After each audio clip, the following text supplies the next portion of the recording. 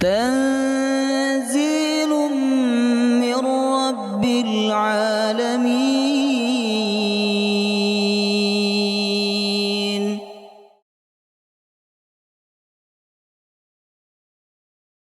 يا أيها الذين آمنوا إذا قيل لكم تفسحوا في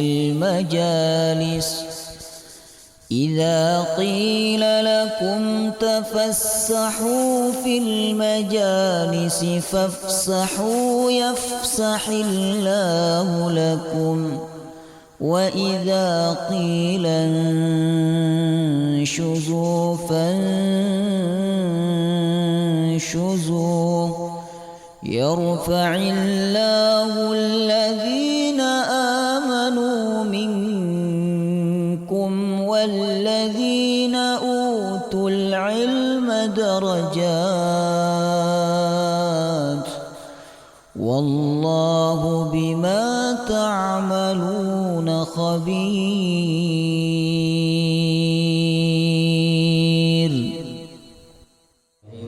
السلام عليكم ورحمة الله وبركاته. الحمد لله رب العالمين، نحمده ونستعينه ونستغفره، ونعوذ بالله من شرور أنفسنا ومن سيئات أعمالنا، من يهده الله فلا مضل له ومن يضلل فلا هادي له. أشهد أن لا إله إلا الله وحده لا شريك له، وأشهد أن محمدا عبده ورسوله لا نبي ولا رسول بعده. اللهم صل وسلم على نبينا محمد وعلى آله وصحبه أجمعين. اللهم إنا نسألك علما نافعا ورزقا طيبا وعملا متقبلا، آمين ya rabbal alamin. Alhamdulillah, kita wajib untuk selalu bersyukur kepada Allah subhanahu wa ta'ala, karena Allah tidak pernah bosan memberikan nikmat kepada kita semua, baik nikmat jasmani, lebih-lebih nikmat ruhani. Salah satu nikmat yang patut untuk kita syukuri yaitu nikmat ketika Allah memudahkan kita untuk berkumpul di dalam majelis ilmu, majelis yang sangat mulia. Tiadalah orang itu keluar untuk menuntut ilmu kecuali malaikat akan membentangkan sayapnya karena senang kepada orang tersebut.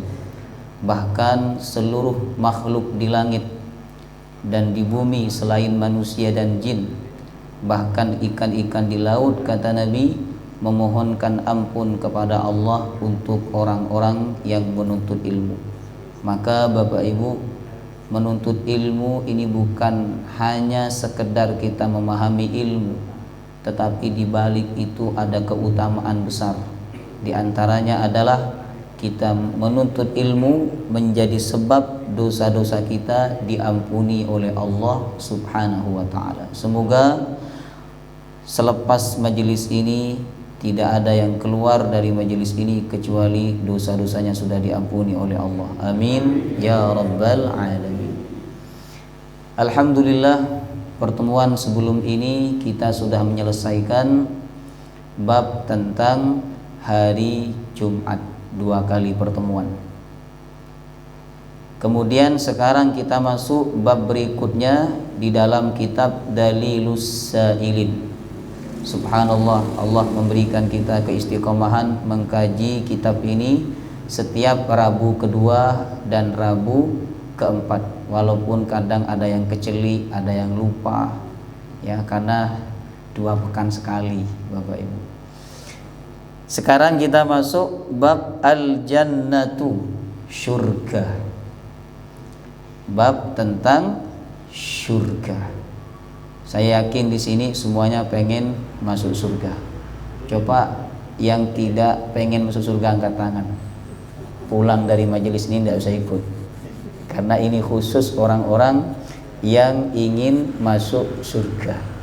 Tapi insya Allah kita semua orang beriman, sejelek-jeleknya orang Islam, pasti ketika ditanya pengen masuk surga, dia menjawab amat sangat ingin masuk surga.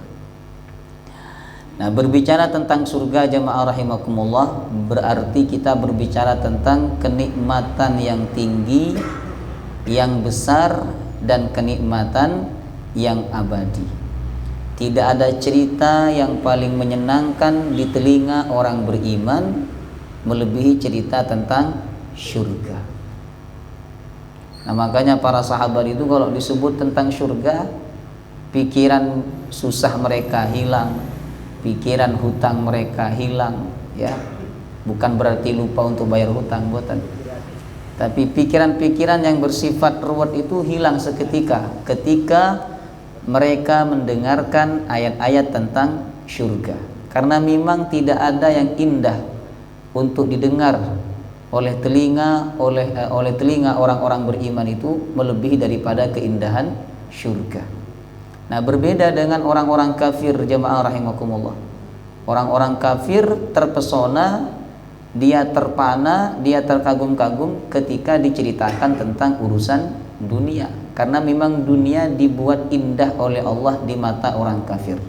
Sebagaimana firman Allah di surah Al-Baqarah juz 2. Zuyyina lilladzina kafarul hayatud dunya. Telah dibuat indah bagi orang-orang kafir al-hayatud dunya, kehidupan dunia. Adapun kehidupan akhirat itu indah di mata orang beriman, tidak indah di mata orang kafir. Kehidupan dunia indah di mata orang kafir, tidak indah di mata orang beriman. Yang indah di mata orang beriman itu adalah surga. Nah, maka kenikmatan surga ini kenikmatan yang sangat mempesona, lebih indah, lebih nikmat dibandingkan kenikmatan dunia. Allah mengatakan dalam Quran surah At-Taubah ayat 38, "Fama mata'ul hayatid dunya fil akhirati illa qalil." Tidak ada kesenangan dunia ini dibandingkan akhirat kecuali sedikit. Karena Allah menurunkan rahmat di dunia hanya satu, sedangkan di akhirat Allah menurunkan rahmat berapa? 99, Bapak Ibu. Bayangkan 1 banding 99, jemaah rahimakumullah. Kemudian di dalam kitab ini disebutkan bahwa jannah ini makna aslinya adalah kebun. Makna aslinya adalah kebun. Dalam Quran surah Al-Kahfi ada kisah yang disebut oleh Allah dengan kisah ashabul jannah, pemilik kebun, ya, bukan pemilik surga. Jadi ashabul jannah itu maknanya ada dua. Bisa bermakna pemilik kebun, bisa juga bermakna penghuni surga, tergantung konteksnya berbicara tentang apa, ya. Kenapa surga digambarkan dengan kebun oleh Allah? Karena pada umumnya manusia itu merasa nyaman, merasa tenang ketika dia melihat tanaman, melihat hijau-hijauan, melihat kebun. Panjenengan lihat kebun tenang napa mboten? Enggak tenang. Karena sudah bosan setiap hari lihat kebun. Ya. Nah, maka Allah gambarkan surga itu dengan kebun. Apalagi waktu turunnya ayat Al-Qur'an memang turun di tanah yang tandus, di Mekah dan di Madinah. Itu susah untuk mendapatkan kebun jamaah rahimakumullah, ya. Kemudian kenikmatan surga ini bertingkat-tingkat, ya. Ada kenikmatan yang paling rendah, ada kenikmatan yang paling tinggi.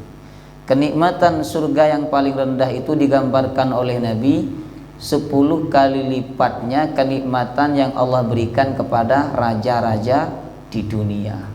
Mantan.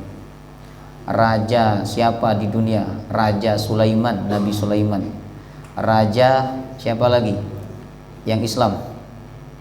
Tahu enggak panjenengan? Raja Sulaiman, Nabi Sulaiman. Raja Zulkarnain. Ada 2 raja lagi tapi kafir, yaitu Fir'aun dan Raja Namrus.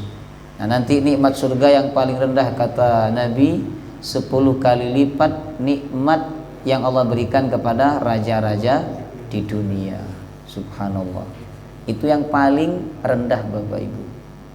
Ini sebagaimana hadis riwayat Imam Muslim disebutkan dalam kitab ini, bahwa Nabi Musa bertanya kepada Allah, "Ya Allah, ma adna ahlil jannah manzilatan." Wahai Allah, penghuni surga yang paling rendah kedudukannya itu seperti apa? Kata Nabi Musa. Kemudian Allah menjawab, yaitu orang yang paling akhir masuk surga. Jadi yang lain udah masuk surga, yang lain sudah menikmati kenikmatan surga, dia baru mau masuk surga, paling akhir ini. Nah, tapi tidak disebut siapa mereka yang paling akhir masuk surga. Jemaah rahimakumullah. Kemudian Allah berkata kepada orang yang paling akhir masuk surga, "Masuklah engkau ke dalam surga." Lalu kemudian orang itu tidak percaya, masih ragu kepada Allah. "Ya Rabb, kaifa wa qad nazalan nasu manazilahum wa akhadhu akhdhatihim." Bagaimana aku masuk surga sedangkan mereka sudah menempati surganya masing-masing dan mereka sudah menikmati apa yang diberikan kepada mereka. Artinya aku mau tinggal di mana di surga? Karena di surga itu sudah ditempatin semua. Dia mengira bahwa surga itu sudah penuh. Ya, kemudian Allah Subhanahu wa taala mengatakan, "Maukah aku berikan kepada kamu seperti yang aku berikan kepada raja-raja di dunia?" Dia menjawab, "Mau wahai Rabb, mau wahai Tuhanku." Kemudian setelah itu Allah mengatakan, "Aku akan berikan kepada kamu 10 kali lipat kenikmatan yang aku berikan kepada raja-raja di dunia." Subhanallah. Ini kenikmatan surga yang paling rendah Bapak Ibu. Kemudian ada kenikmatan surga yang paling tinggi. Apa itu? Kenikmatan surga yang paling tinggi bukan bidadari, bukan makanan, bukan tempat, bukan kawan, tapi kenikmatan surga yang paling tinggi adalah melihat wajah Allah. Melihat wajah Allah, wajah sang kekasih seluruh manusia. Ini sebagaimana hadis Nabi sallallahu alaihi wasallam, bahwa Nabi bersabda, ketika penghuni surga sudah masuk ke surga, Allah berkata kepada mereka, "Maukah aku tambah kepada kalian?" Mereka menjawab, "Ya Rabb, bukankah Engkau telah memutihkan wajah kami? Bukankah Engkau telah memberikan nikmat surga kepada kami dan Kau selamatkan kami dari api neraka?" Kata Allah, "Ada yang lebih indah, lebih nikmat daripada itu semua." Kemudian Allah membuka hijab, membuka penghalang. Setelah itu mereka semua terpesona dengan wajah Allah Subhanahu wa ta'ala. Belum pernah mereka merasakan kenikmatan di surga lebih nikmat daripada melihat wajah Allah. Nah, semoga kita termasuk yang melihat wajah Allah. Amin ya rabbal alamin. Ada doa yang diajarkan oleh Nabi Bapak Ibu kalau kita ingin lihat wajah Allah di surga. Doa sahih riwayat Imam An-Nasa'i. Allahumma inni as'aluka ladzatan nazar ila wajhikal karim.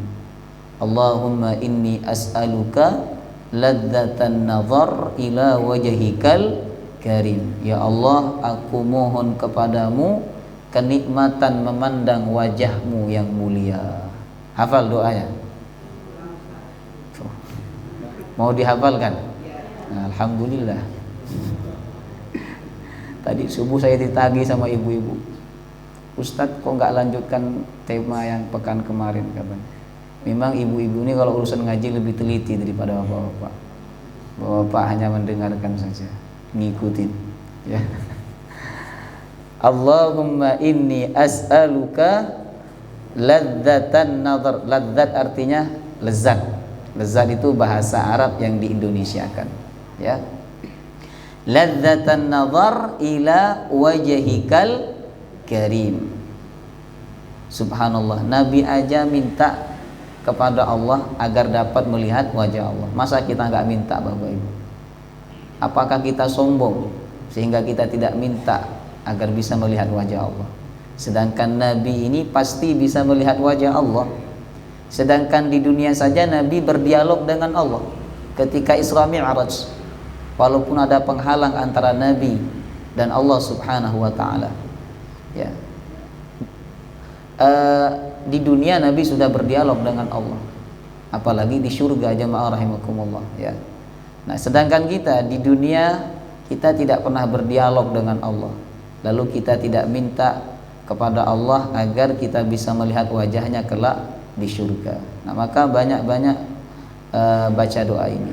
Allahumma inni as'aluka ladzatan nazar ila wajhikal karim.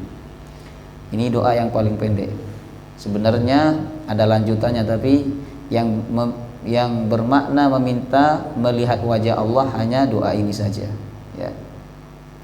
Kemudian jemaah rahimakumullah, dikatakan dalam kitab ini, wahiyya sil'atullah al-ghaliyah li'annaha as-sa'adatul abadiyah. Sesungguhnya surga itu barang dagangan Allah, al-ghaliyah, yang mahal, subhanallah. Jadi Allah itu punya barang dagangan dan harganya amat sangat mahal. Kalau ada orang jual barang dagangan, jual apa kayak handphone atau sepeda motor, dan barang yang dia jual itu mahal, menunjukkan bahwa orang itu orang yang berkelas, Bapak Ibu. Panjenengan kalau jual apa, sepatu, tapi sepatu KW, berarti kurang berkelas. Yang berkelas itu kalau panjenengan jual sepatu harganya 20 juta, 30 juta, 50 juta. Orang lihat harganya langsung setruk. Nah, ada orang yang membeli, ada, dan yang menjual berkelas dan yang membeli juga berkelas, jemaah rahimakumullah, ya. Seperti artis-artis itu sepatunya harga 18 juta, 20 juta, 30 juta. Yang dipakai oleh dia sekali jalan itu ratusan juta, ya. Cincinnya lagi digini-ginikan. Ya. Nah, maka siapa yang membeli surga, yang mana surga ini menjadi barang dagangan Allah, berarti dia orang yang berkelas. Walaupun dia sepatunya tidak berkelas, bajunya tidak berkelas, sepeda motornya tidak berkelas, ya, mobilnya tidak berkelas, ya. Tapi kalau dia membeli barang dagangan Allah, maka dia menjadi hamba yang berkelas di hadapan Allah Subhanahu wa taala, Bapak Ibu. Nah, maka kalau kita ingin menjadi hamba pilihan, hamba yang berkelas, yang kita kejar apa? Surga. Yang kita cari surga. Yang kita beli surga. Kita beli surga dengan apa? Dengan ilmu kita, dengan tenaga kita, dengan harta kita, dan dengan semua yang kita miliki dalam hidup ini. Gunakanlah untuk membeli surga Allah Subhanahu wa ta'ala. Nah, makanya jemaah rahimakumullah, karena surga ini barang dagangan Allah yang mahal, untuk mendapatkannya tidak mudah. Tidak ada santai-santai, ketawa ketiwi. Untuk dapat surga itu Allah menggunakan kalimat yang semangat, yang berjuang, tidak santai. Allah mengatakan wasari'u ila maghfiratin mir rabbikum wa jannah. Cepat-cepatlah kalian mendapatkan ampunan dan surga. Kemudian di dalam surah Al-Hadid Allah mengatakan sabiqu ila maghfiratin mir rabbikum wa jannah. Berlomba-lombalah kalian untuk mendapatkan ampunan dan surga. Jadi perlombaan kita bukan perlombaan harta, perlombaan kita bukan perlombaan kedudukan, tapi perlombaan kita adalah berlomba-lomba untuk dapat apa? Dapat surga Allah Subhanahu wa ta'ala.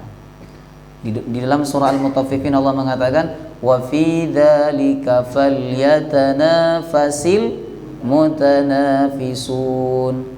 Dan di dalam kenikmatan surga itu hendaklah berlomba-lomba orang yang ingin berlomba-lomba untuk mendapatkannya, ya. Apalagi jalan menuju surga itu, Bapak Ibu, tidak mudah, ya. Sebab jalan untuk menuju surga itu dibenci oleh apa? Hawa nafsu. Sedangkan jalan menuju neraka disukai oleh hawa nafsu. Nabi mengatakan dalam hadis yang sahih, huffatil jannah bil makarih. Surga itu diliputi, ya, atau diselimuti bil makarih, oleh sesuatu yang dibenci oleh hawa nafsu. Dibenci oleh hawa nafsu. Ngoten. Panjenengan suka nabutan sama sedekah? Enggak, kalau kita enggak bertanya hati nurani kita enggak akan suka kepada sedekah, Bapak Ibu. Ngoten. Kemudian itu baru amalan sedekah, belum lagi amalan jihad. Ngoten. Nah, maka amalan-amalan surga ini kebanyakan tidak disukai oleh hawa nafsu, sehingga tidak banyak orang yang tertarik. Antara pengajian dengan konser, mana yang lebih banyak datang? Konser, hadirin, ya. Pengajian itu aja yang datang, ya. Padahal pengajian ini dapat apa? Dapat ilmu, dapat apa lagi? Dapat pahala, ketemu orang soleh, kemudian dapat makan kalau ada makannya, ya. Dapat minum juga, subhanallah. Coba kalau konser panjenengan bayar, enggak dapat ilmu, dapat dosa, ya, dan seterusnya. Tapi peminatnya banyak, jemaah rahimakumullah. Itulah memang ujian yang diberikan oleh Allah, bahwa surga ini diliputi dengan sesuatu yang tidak disukai oleh hawa nafsu. Sedangkan wa huffatin nar bisyahwat, neraka itu diliputi oleh sesuatu yang disenangi oleh hawa nafsu, ya. Nah, maka jalan menuju surga itu tidak mudah, ya. Jalannya terjal. Siapa yang berjuang untuk mendapatkannya, niscaya Allah akan berikan kepadanya. Baik, sekarang kita masuk ayat-ayat tentang surga dan hadis-hadis. Insyaallah malam hari ini kita selesaikan satu bab tentang surga. Ayat yang pertama, Allah menyebutkan dalam surah Yunus ayat nomor 9 sampai 10. Allah berfirman, innal ladzina amanu wa 'amilus salihati yahdihim rabbuhum biimanihim tajri min tahtihimul anharu fi jannatin na'im. Sesungguhnya orang-orang yang beriman, wa 'amilus salihat, dan orang yang beramal saleh, Allah membimbing mereka dengan iman mereka, tajri min tahtihimul anharu fi jannatin na'im. Mereka berada di dalam surga yang penuh kenikmatan. Salah satu kenikmatannya adalah di bawah surga itu terdapat sungai-sungai yang mengalir, subhanallah. Dalam ayat ini disebutkan syarat masuk surga itu dua cuman, beriman dan beramal saleh. Dua saja syaratnya.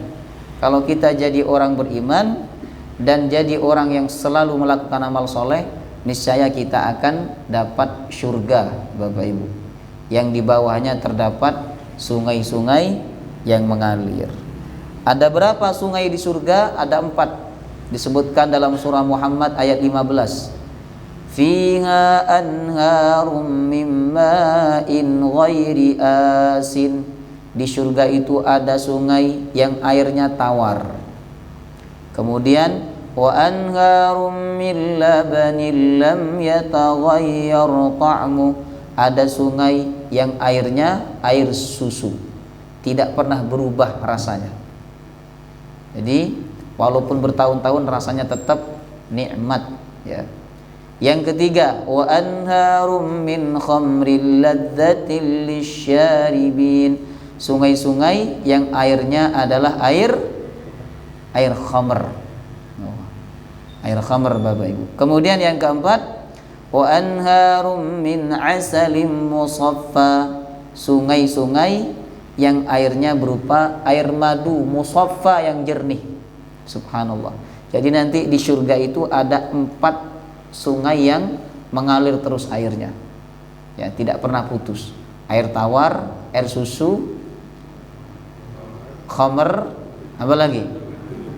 Nah, air madu. Jahe bukan, jahe itu minuman jemaah rahimakumullah. Ya.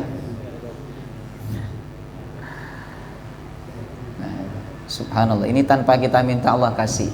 Ya, kalau di dunia, kalau kita tidak mencari, kalau kita tidak diberi, ya, di dunia tidak akan dapat. Ya, sedangkan di surga tanpa kita minta, tanpa kita mencari, Allah kasih kita 4 sungai, ya, sungai yang airnya tawar. Jadi kalau panjenengan di dunia suka air tawar, maka di surga ada air tawar. Kalau suka air susu, di surga juga ada air susu. Suka khamr, tapi kan di dunia kita nggak pernah minum khamr, ya, alhamdulillah. Insyaallah nanti di akhirat kita minum khamr.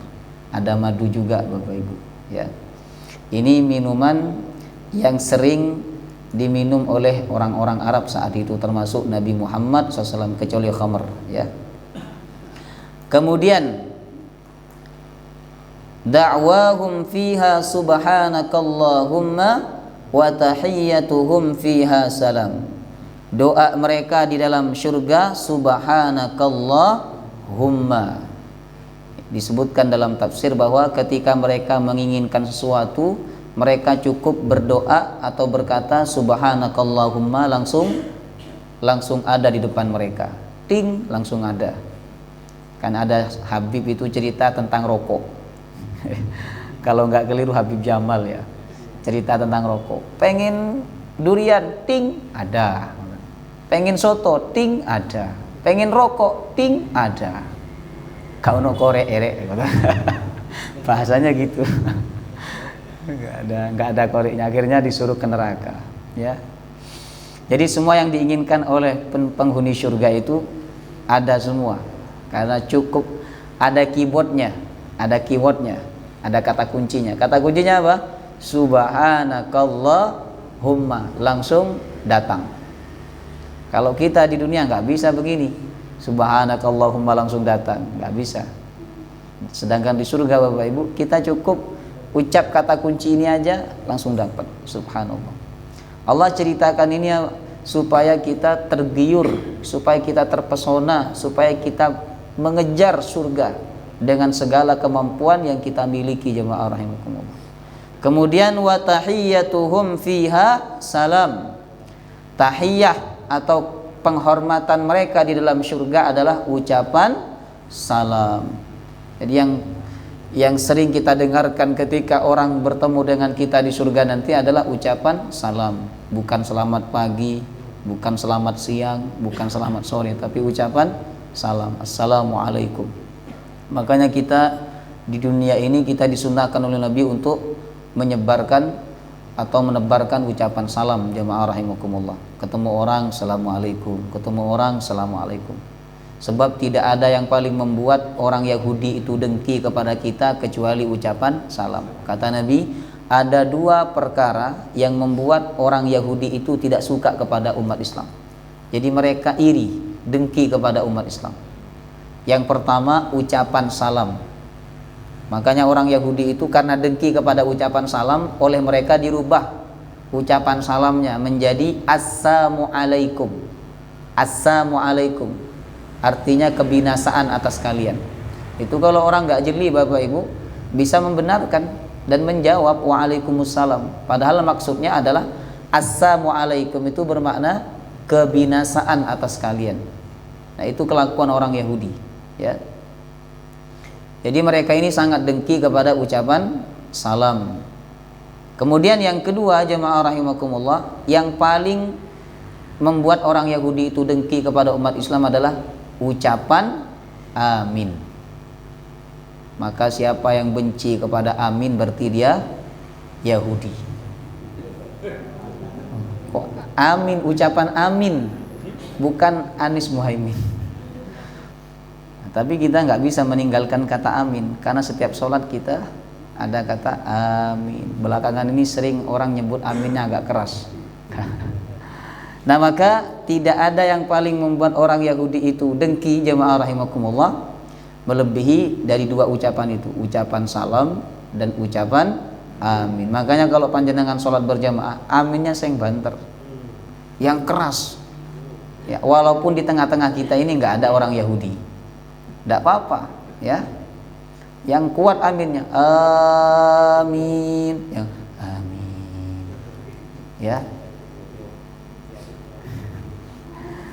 Baik, wa akhiru da'wahum anil hamdulillahi rabbil alamin. Akhir doa mereka di dalam surga itu adalah alhamdulillahi rabbil alamin.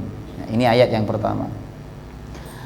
Kemudian ayat yang kedua, jemaah rahimakumullah, yaitu surah Yunus. Mohon maaf. Yang kedua surah Ar-Ra'd ayat 35. Allah berfirman, mathalul jannatil lati wu'idal muttaqun. Perumpamaan surga yang dijanjikan oleh Allah kepada orang bertakwa, tajri min tahtihal anhar. Di bawah surga itu terdapat air sungai yang mengalir. Ukuluha daimun. Buah-buahannya selalu ada, gak pernah putus. Beda di dunia. Di dunia itu buah ada musimnya, buah mangga ada musimnya. Sekarang udah nggak musim lagi buah mangga, ya. Buah durian ada musimnya. Di surga nanti buah itu nggak pakai musiman, jemaah rahimakumullah. Allah mengatakan ukuluha daim, buahnya selalu ada. Buah apa saja di surga? Banyak Allah sebutkan, di antaranya ada buah korma. Kemudian yang kedua, buah apa lagi? Anggur. Allah sebutkan dalam surah An-Naba, innalil muttaqina mafaza hadaiqa wa a'naba. Bagi orang bertakwa itu dia mendapatkan keberuntungan. Hadaiq, kebun-kebun, wa a'naba, dan buah anggur. Nah, buah anggur itu buah berkelas, harganya mahal, dan buah anggur itu menu utama raja-raja pada zaman dahulu. Jadi kalau raja dihidangkan makanan pasti ada menu anggurnya. Ya, makanya harga anggur itu sampai sekarang mahal, jemaah rahimakumullah, karena dia buah surga. Bolehkah menggunakan ayat itu untuk berdagang, untuk jualan anggur? Innalil muttaqina mafaza hadaiqa wa'an, ditulis di depan tokonya, hadaiqa wa a'naba. Nah, itu tidak diperbolehkan karena ada unsur mencari keuntungan dunia dengan ayat-ayat Allah Subhanahu wa taala, ya. Kemudian Allah Subhanahu wa taala berfirman di dalam surah Al-Kahfi, Bapak Ibu. Al-Kahfi ayat 107 dan 108. Innal ladzina amanu wa 'amilus solihati kanat lahum jannatul firdausi nuzula khalidina fiha la yabghuna 'anha hiwala. Sesungguhnya orang beriman dan beramal soleh bagi mereka surga Firdaus.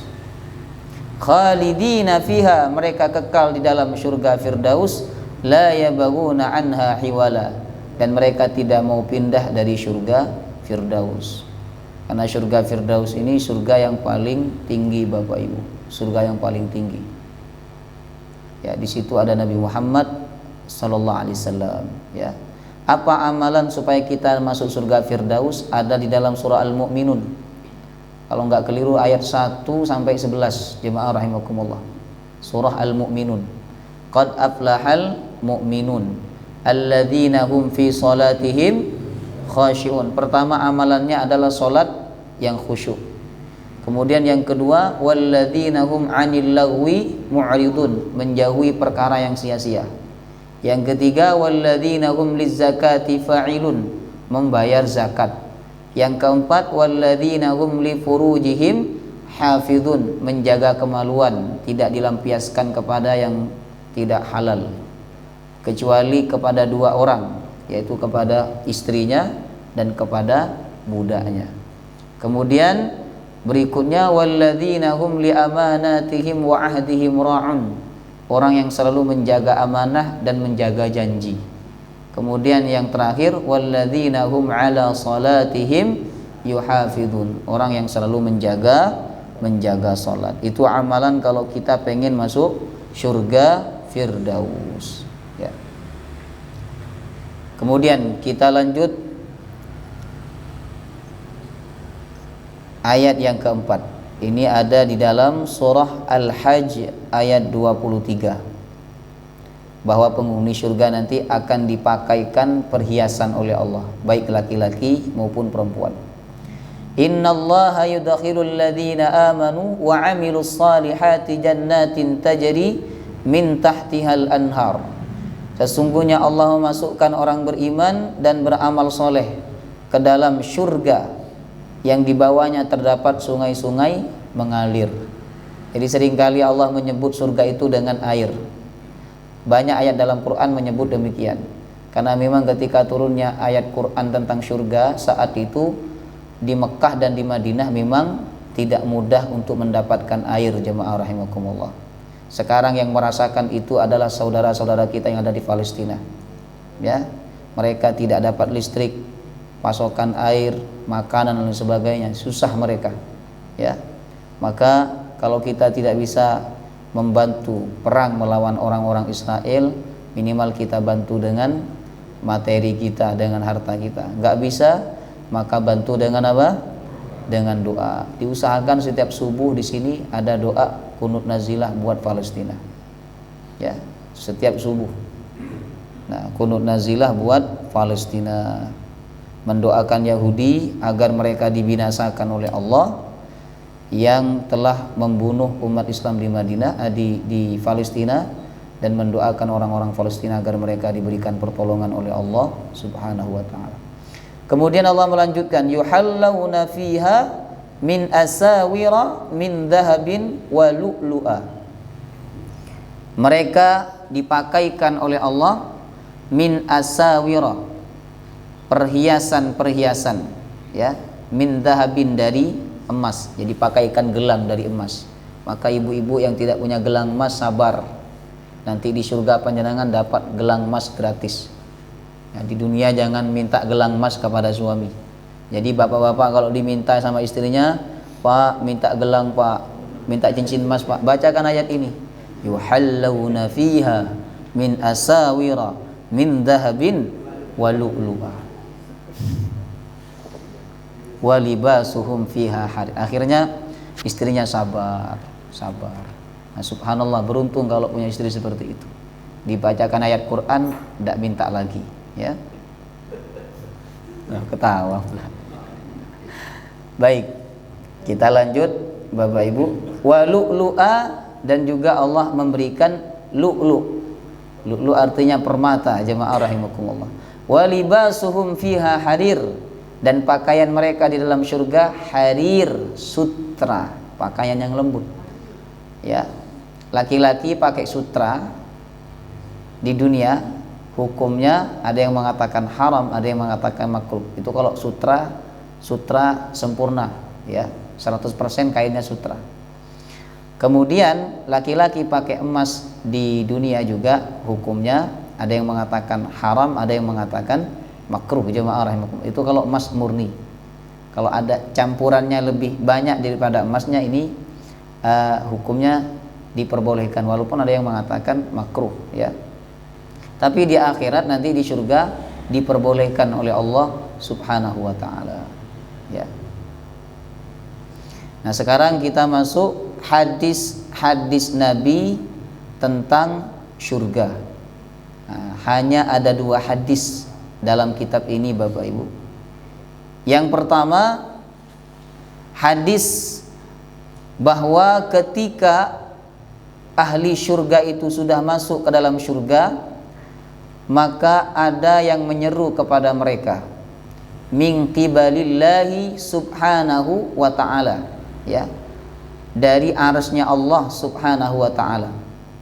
Kemudian seruan itu berkata, ya ahlal jannah, innalakum antasihhu fala tasqamu abadan.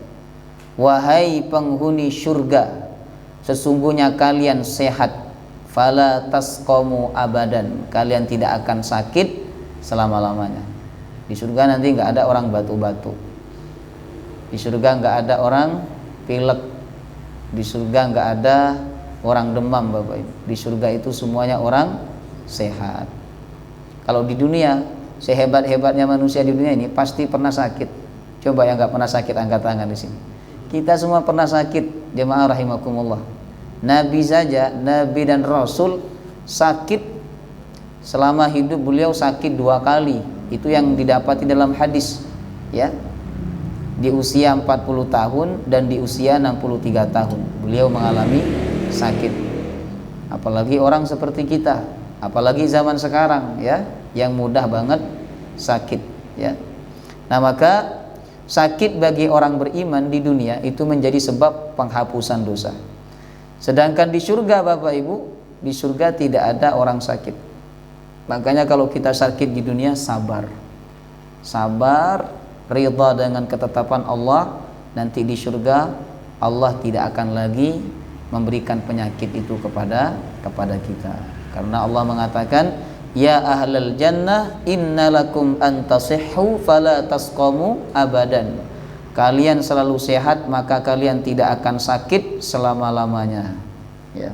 Kemudian walakum antahyu fala tamutu abadan.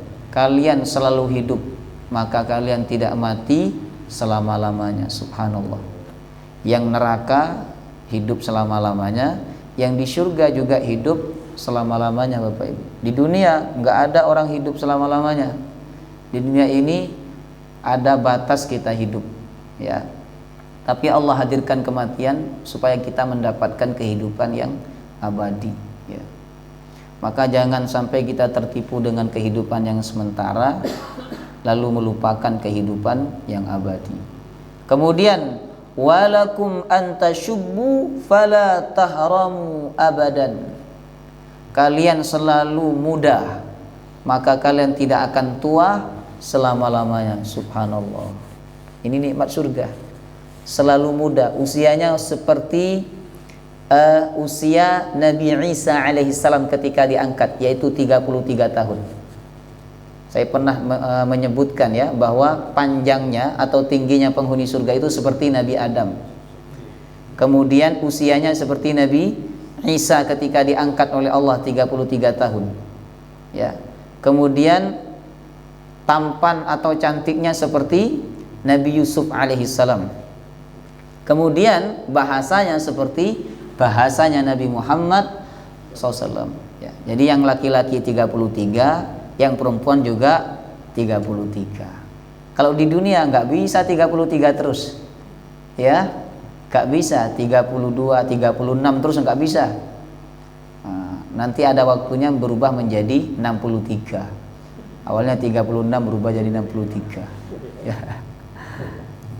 Nah, nggak bisa muda terus, nggak bisa, ya. Sehebat-hebatnya panjenengan perawatan, ibu-ibu, tetap akan keriput. Sehebat-hebat panjenengan perawatan, kalau nggak wajahnya keriput, tangannya yang keriput. Nah, ini bagian daripada kenikmatan surga. Panjenengan ibu-ibu, waktu dulu usia 33 tahun, melihat suami panjenengan masih usia 33 tahun, senang enggak ibu-ibu? Senang, seger, kan ngoten. Bapak-bapak juga begitu. Lihat istrinya masih segar usia 33 tahun, senang itu. Seakan-akan tidak ada wanita lain di dalam hatinya, ya. Tapi ketika sudah tua, jemaah rahimakumullah, beda lagi. Cinta itu sudah berkurang. Yang ada adalah rasa kasihan, rahmat. Nah, sedangkan di surga ini semuanya bukan hanya rahmat. Di surga Allah tumbuhkan rasa cinta. Makanya orang-orang di surga itu usianya bertahan di 33 tahun. Jadi sejak mereka masuk surga sampai seterusnya selama-lamanya mereka berusia 33 tahun. Subhanallah. Walakum antan'amu fala tayasu abadan, kata Nabi. Kalian akan selalu mendapatkan kenikmatan, maka kalian tidak akan putus asa selama-lamanya. Enggak akan stres, ya. Di dunia ini ada potensi orang menjadi stres, orang menjadi bingung, orang menjadi susah karena tidak selalu mendapatkan kesenangan. Ada kalanya dia mendapatkan kesusahan. Sedangkan di surga Allah mengatakan antan'amu fala tayasu abadan. Kalian selalu mendapatkan nikmat, kesenangan, maka kalian tidak akan stres, tidak akan bingung, tidak akan putus asa selama-lamanya. Nah subhanallah, Allah menceritakan nikmat surga, Nabi menceritakan nikmat surga supaya kita tergiur untuk masuk surga, supaya kita lebih merindukan surga dibandingkan kenikmatan dunia, supaya surga itu ada di dalam hati kita. Jemaah rahimakumullah, itulah gunanya kita mempelajari ayat-ayat atau hadis-hadis tentang surga. Semoga Allah memasukkan kita semua ke dalam surganya, amin ya rabbal alamin. Allah ta'ala a'lam bishawab. Pertemuan berikutnya kita akan lanjut kepada bab yang lain. Semoga Allah mudahkan kita untuk memahami ilmu dan mengamalkan ilmu yang sudah kita pelajari, amin ya rabbal alamin. Subhanakallahumma wa bihamdika asyhadu an la ilaha illa anta astaghfiruka wa atubu ilaik. Wassalamu alaikum warahmatullahi wabarakatuh.